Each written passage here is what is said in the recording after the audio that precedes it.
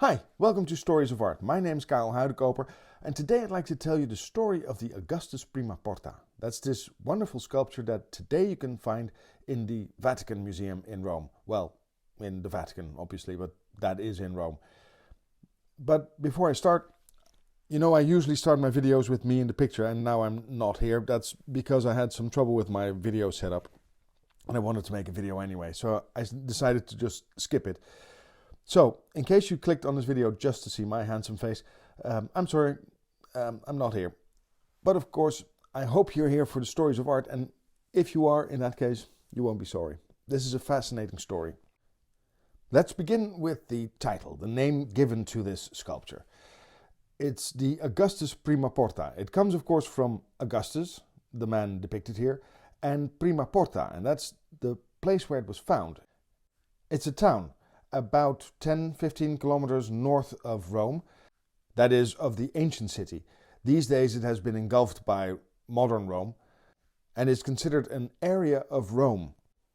But in ancient days it was called Prima Porta because as you traveled towards Rome from the north, you would come by this little town and there was an aqueduct that crossed the road, and it had one of these big arches and that looked kind of like a gate, and it was also the first thing you would see of architecture that belonged to Rome when you were still 10-15 kilometers away. And so it was the first thing you saw of Rome and it looked like a gate, so it's called First Gate or Prima Porta. And in that town there had been a villa owned by Livia, the third and last wife of Augustus. It was excavated in the 1860s and with it, they uncovered this sculpture. Now, as I said, it's a sculpture of Augustus, and we see him here in all his glory, and we're actually not entirely sure when it was made, but it must have been sometime after 20 BCE, because on his breastplate there's a reference to an event that took place in 20 BCE. But I'll get to that. We think that this is a copy of a now lost statue that was made of bronze and stood on the Forum in Rome. And we think that for two reasons. One is that we have several mentions of a bronze statue of Augustus on the Forum. And two, this one has a support. And by support we mean that extra little thing that's standing next to his leg, which is not just there to be a cute little cupid, but it also strengthens the sculpture. And you need to do that with marble sculptures, and you don't need to do that in a bronze. But the thing is, bronze sculptures are much more perishable than marble. Not because, of course, the material deteriorates, but because they can be melted down. And since bronze was always expensive, that would simply happen. We also think that there might have been more than one copy of this particular sculpture, and we think that many would have been placed in different public places because it's clearly made as a work of propaganda. And of course, works of propaganda work best in public places, not in someone's private villa. And I say it's made as propaganda because it shows the incredible power that Augustus had. Because of course, he was the first Roman emperor. People often think that that was his predecessor, his adoptive father, Julius Caesar. But Julius Caesar was never emperor. Let me explain. Rome had been a republic, and as a republic they hated the idea of having a king, and that's why they divided power over all kinds of different political figures. There was of course a senate, and there were consuls, and which was more or less a president, but they always had two consuls so they could balance each other out. And lots of different responsibilities and powers were divided out over dozens of different offices held by different people, and they all had to be elected, and they were always elected for a limited amount of time. So pretty much a real democracy. Now Julius Caesar came from one of the very, very wealthy clans of Rome called the Cesari, which is where his last name comes from. And he added enormous amounts of money to their fortune, mainly by becoming governor of various provinces like Gaul and Egypt. And he was actually one of the three people who became so incredibly powerful that eventually they all became consul of Rome. And so Rome was briefly ruled by these three. But they very quickly started to fight amongst themselves, which led to a civil war, which was won by Julius Caesar because both of his colleagues were dead. And that's when he became a dictator, someone with even more power than a consul, but for a limited period of time. Still, by 44 BCE, he was seen as such a great power and such a danger to the idea of a republic that he was murdered. And then he left his incredible fortune and his armies to his adopted son Octavian. Now, Octavian had been adopted by him years before, but this was not an adoption like a baby that you would raise as a child. In Roman society, you could adopt someone to your clan, and Octavian was sort of a distant cousin, but belonged to a different clan, and was adopted by Julius Caesar while his parents were still alive, and he was in his teens. So it's a bit different than adoption as we see it today. But he suddenly inherited all this money and power, and he was an incredibly powerful young man.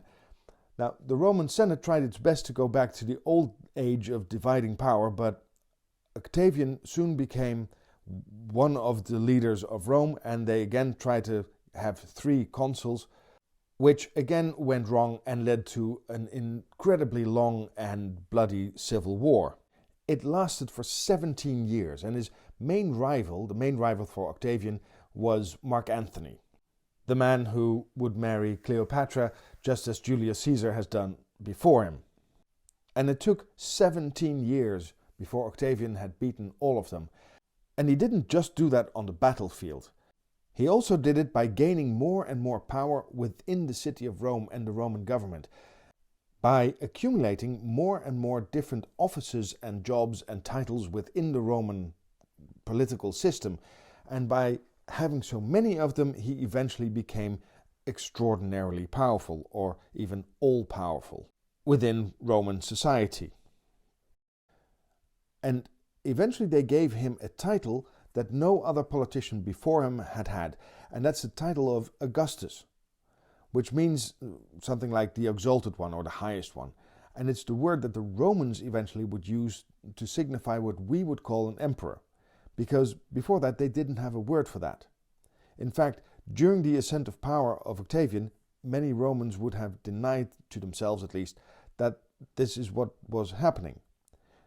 I mean, they would have denied to themselves that they were helping to undo the republic and creating not just a king, but something far, far more powerful than that. The fact that an emperor is sometimes called a Caesar is simply because he belonged to that clan, the clan of the Caesars. And not just Augustus, the first one, but also a whole bunch of them after that. Because it was handed down now from father to son, or at least an adopted son. Now, I'm telling you all of this because in this sculpture you can see all the different offices, or at least the 3 most important ones that he had accumulated, that together made him so very powerful that he became what we now call an emperor. And you can see these different offices and titles in different parts of the sculpture. I'm going to zoom in on them to show you which is which. But first, overall you can see that it's a propaganda sculpture because it's idealized. It is, first of all, larger than life, quite literally. It's quite large. It's 208 centimeters tall, which would be quite tall for today's standards, but for Roman days it would virtually be a giant. Also, he has an idealized face. And Roman portraiture is known for its realism. Romans love to show people with all their wrinkles and broken noses and all their warts and all. But in this case, he is handsome and idealized, the face of a man of maybe his late 20s, but in reality, by the time this was made, he was at least in his mid-40s. And after having fought so many battles, it's unlikely that his face was completely unblemished. But Augustus was very conscious of his image, and he curated it meticulously.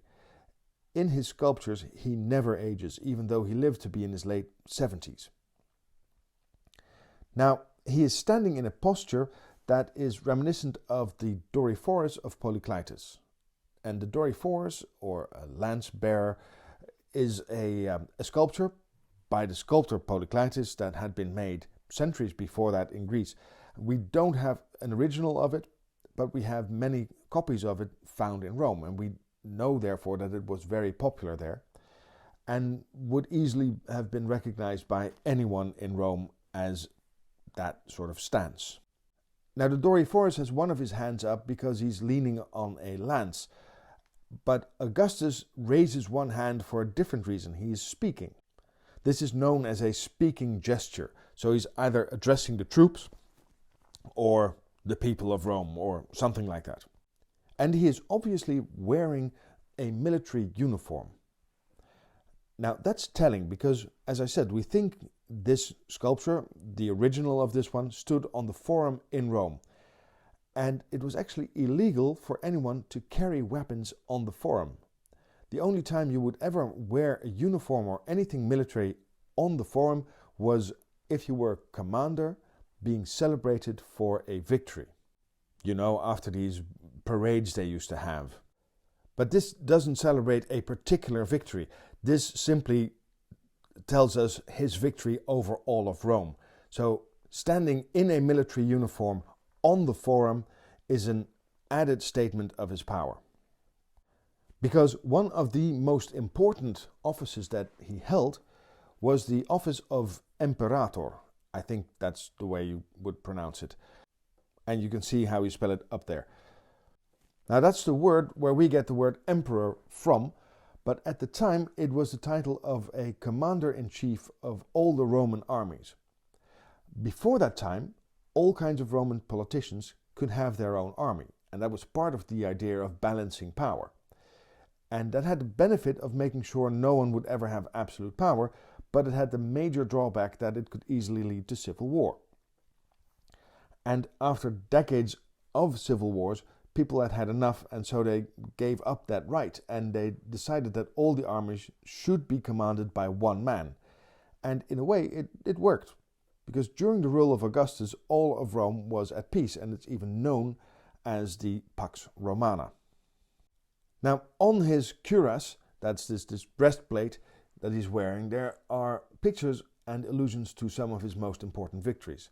For instance, at the top you see his shoulder pieces. There are two sphinxes there.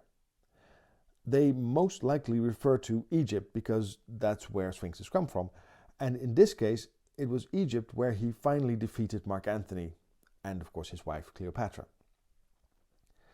Below that, we see a bunch of gods. In the center, there's the sky god. His name is Celes. He's holding up the sky. And to his left, we see a man with a chariot. That would be Sol, the sun god. The Greek would call him Helios. On the other side, there are two women, and I suppose those are Aurora and Luna, because they would be associated with being the counterparts of Sol. Luna is the Roman goddess of the moon, and Aurora is the one who brings the morning.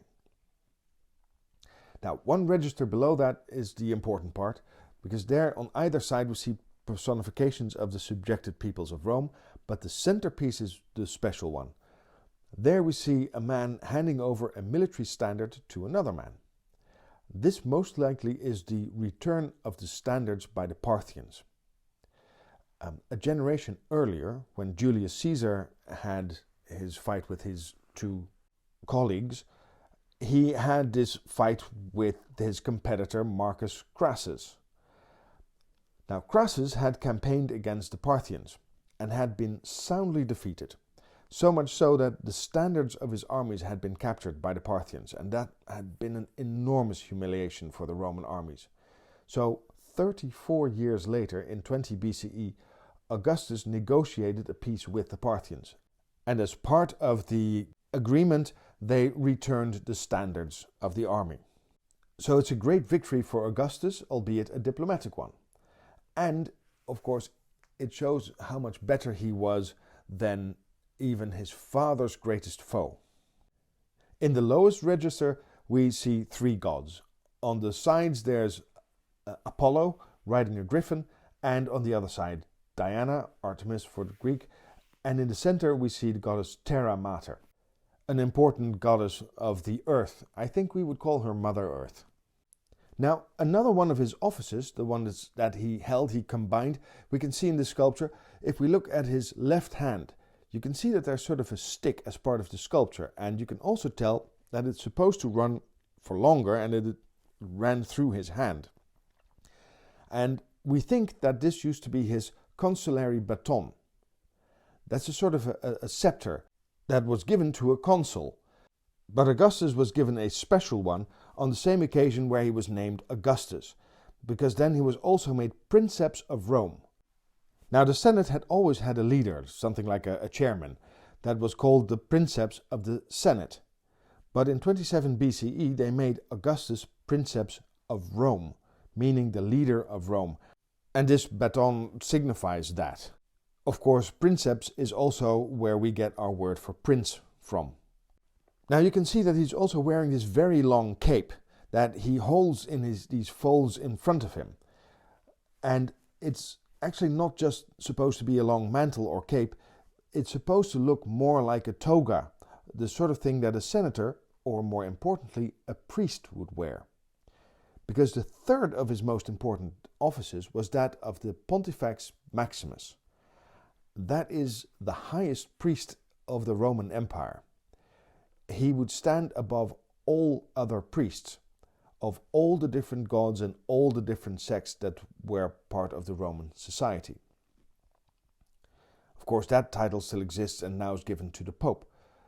But with these three main offices that he held, commander-in-chief of all the armies, sort of president of all political offices, and head of all the priesthood of Rome, together those three things made him all-powerful.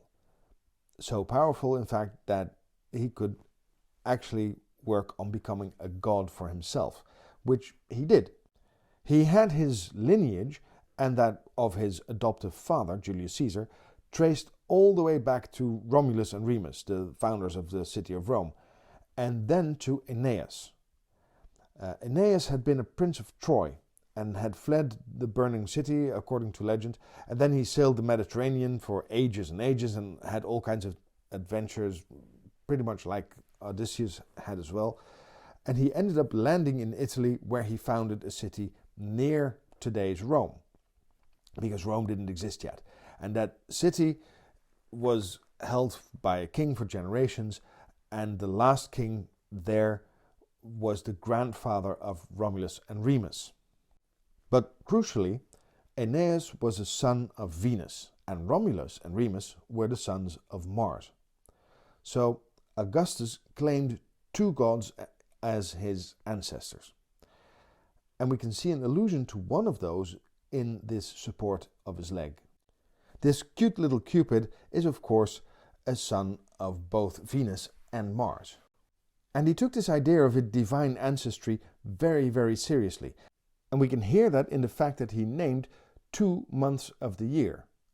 First one after his adoptive father, Julius Caesar, July, and then one after himself. And it probably also explains the fact that he is barefoot. Romans did not typically go barefoot. They wore shoes or sandals, but in Greek sculpture the heroes and the demigods were depicted barefoot. And it's quite likely that it's a reference to that.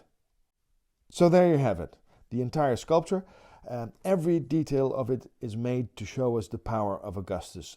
And sculptures like these would be emulated for centuries to come. You see, every Roman emperor had portraits of himself placed in cities in the Roman Empire, on every forum of every city.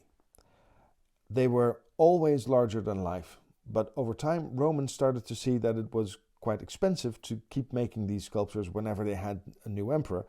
So after a while they simply started to change the heads of the sculptures, which of course is much cheaper. Now within Rome, some emperors went much further and tried to make even bigger sculptures for themselves, known as colossus. The first of those was made for Nero, of which nothing remains except the stories, and the fact that the amphitheater that was built right next to it was named after it, the Colosseum. There may well have been many other colossal sculptures of emperors, but only the fragments of one of them remain, which is the one of Constantine the Great. That one you can see in the Capitoline Museum, which is just a short bus ride or cab ride from the Vatican. Now, obviously you want to see all of these things for yourself, but before you pack your bags, don't forget to like this video if you enjoyed it, and of course subscribe to my channel. And well, I hope you liked it and hope to see you again soon. Bye.